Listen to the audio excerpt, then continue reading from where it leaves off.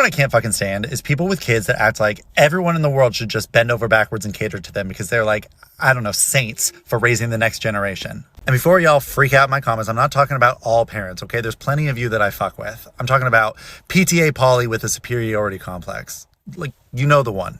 So I work in sales in a high-end luxury showroom, and yesterday this family comes in, 2 parents, their kids.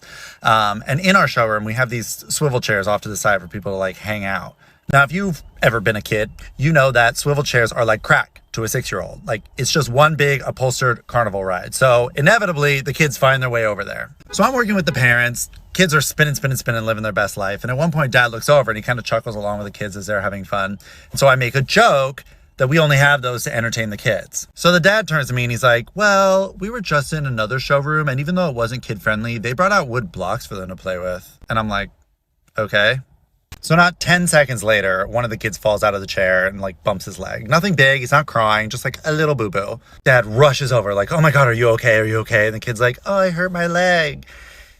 This man channels the audacity of 1,000 years of patriarchy and looks at me and says, this is why you should have wood blocks.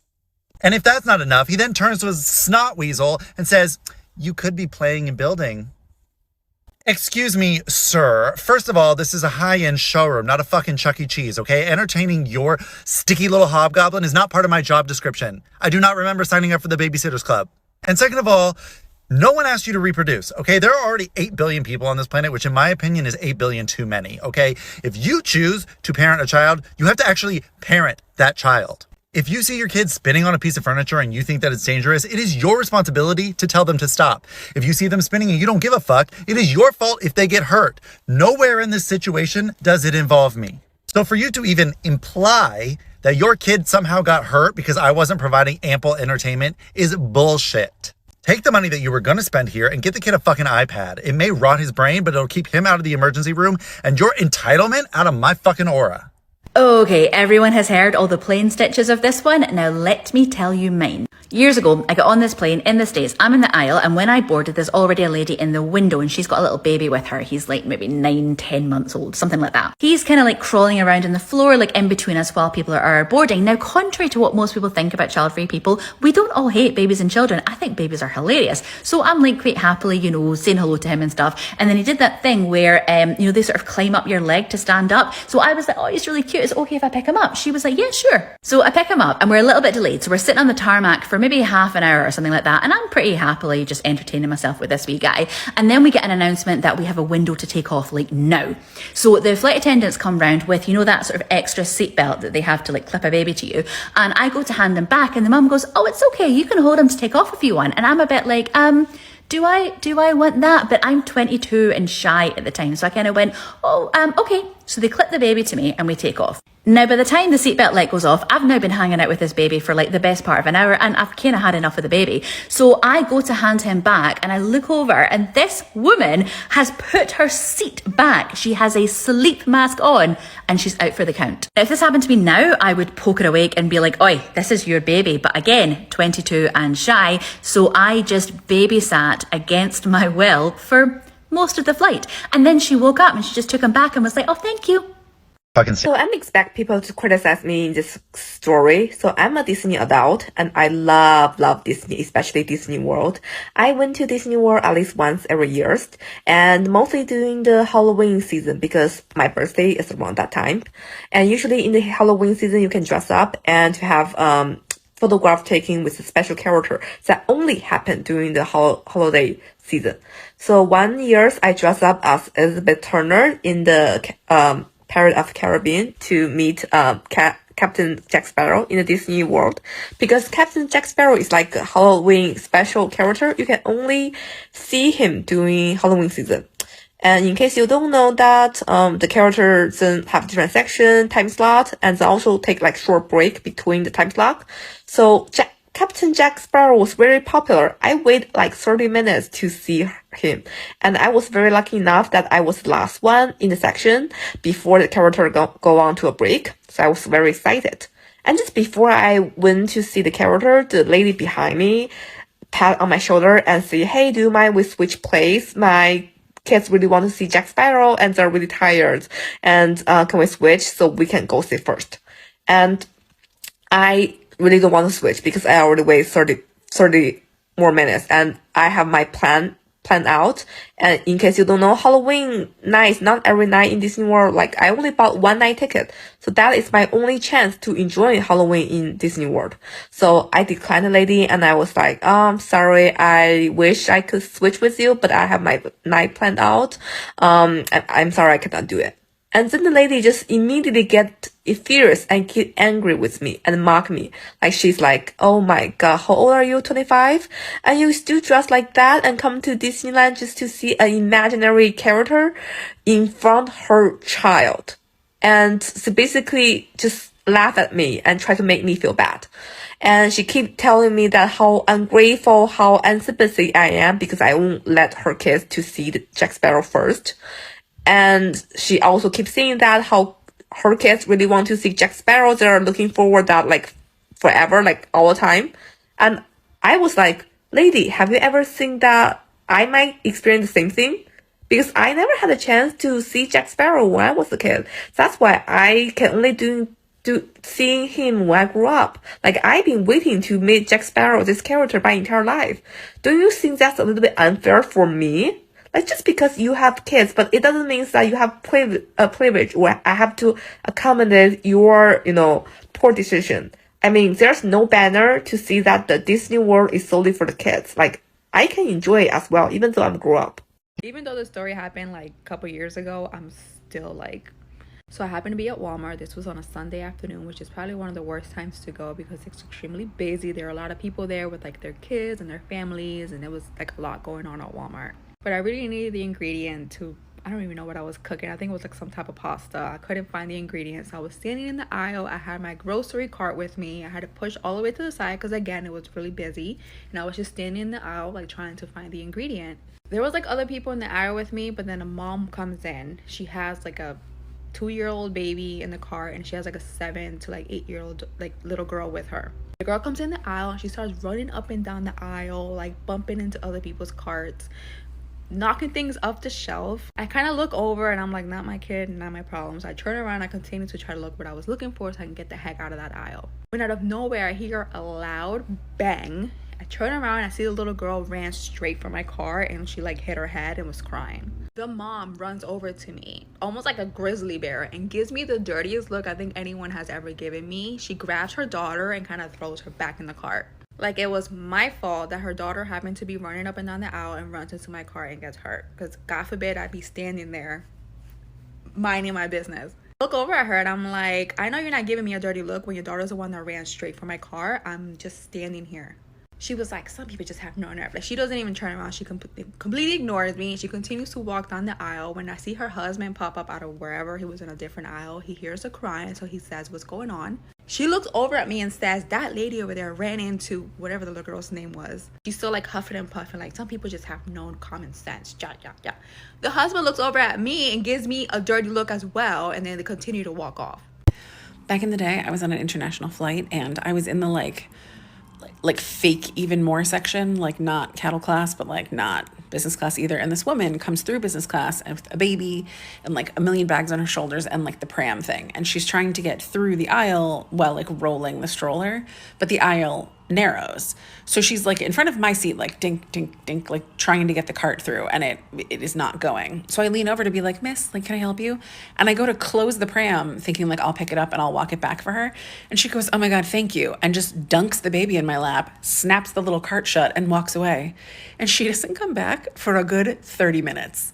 And the girl that I'm sitting with, who also is a stranger, was like, did that lady just leave you her baby? And we're both like, I don't know. Half an hour later, a much calmer woman comes strolling up the other side of the plane, just comes over, picks the kid up, was like, was he good? And just walks away.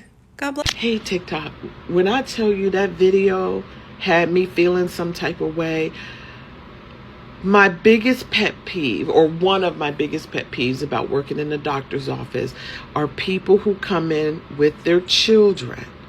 Not one child, not two, multiple children. And they think that the people who sit at the front desk are responsible for watching their children when they go back and see the doctor. Absolutely the fuck not. Story time. A couple days ago, lady comes in. She has a baby in a carrier, an infant baby in a carrier, 2 toddler boys, and a preteen. She comes in, she checks in, she sits down. Someone calls her to the back to go see the doctor. She proceeds to get up and leave all 4 of her children in the waiting area. And I stopped her. I said, ma'am, you need to take your children with you. She goes, no, they're fine. They can stay with their sister. I said, is she 18 years or older? She said, no, she's 11. Then your children need to go with you because they cannot sit in our waiting area unsupervised.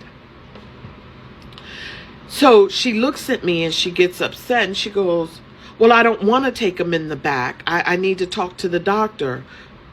And I don't want to take them back there with me. So what we going to do? I said, well, what I'm going to do is reschedule your appointment for a day where you can get somebody to watch them or you can bring somebody with you. That's what I'm going to do. Or what you can do is take them in the back with you. That lady got so mad. She snatches up her children. She's mumbling under her breath like, I just don't understand what the big deal. It's not like you're not sitting here. It's not like you're doing anything. Bitch, I'm working. And I don't work for you. Take your kids and get on up out of my face. Listen. Not today, Peggy. Oh, I have a story. I have a story that makes my blood boil. This happened to me on a plane. I'm a nervous flyer. I don't like flying. And I've developed a routine. And I love my routine. And that is that I will book seat number 30A, which is a window seat, or 30C, which is the aisle. You can get on the plane last, and then you also can get off the plane first, provided that the back doors are open. I like to spend as little as physically possible on the plane, which is why these seats are a great option. And I can't sit in the middle because I'm fat and it's uncomfortable, and I don't like being like, I'm like claustrophobic in the middle seat. So I'm the last one on the plane, and I get to my seat 30A. There's a small child in it, and there's 30B is free, and then the mother is in 30C, which is the aisle. And I was like, oh, I'm just in 30A. And the mother goes, my son's just going to sit there. He's never been on a plane before. And, yeah, sure, yeah. I hate, confrontation is like, I will just avoid confrontation at all costs. So I'm like, okay. Oh, like having like this internal anxiety, panic, like just, I'm about to explode. Like, Now, because I'm the last one on the plane, it's like, get in, sit down, and like, time to go, Christian. Get in, put that seatbelt on. I say to Mum, you can just move over and sit next to your son, and I'll sit in the aisle. And I thought, that's totally fine. I'll sit in the aisle. The aisle is just as good for me as the window. Oh, no, that's fine. What? The mum gets up. And now I've got to get in and sit next to the child. I have to sit next to your son, who would have been about 6 or 7. Kid has both armrests. As I'm trying to sort of configure myself, Mum has both the fucking armrests. I'm fat. I don't fit in this seat. My fat spills over the armrests. So, like, and now we're touching uncomfortably, and now I'm awkward, and I'm sitting on the seatbelt, and I'm trying to put my bag under the seat, and I was just like, and for the entire fucking flight, the kid leant over me to talk to the mother, and the mother leant over me to talk to the kid, passing things, asking questions, and I was like, would you like to switch? And she was like, no, thank you, we're good. I was like, are we? Are we good? Are we good?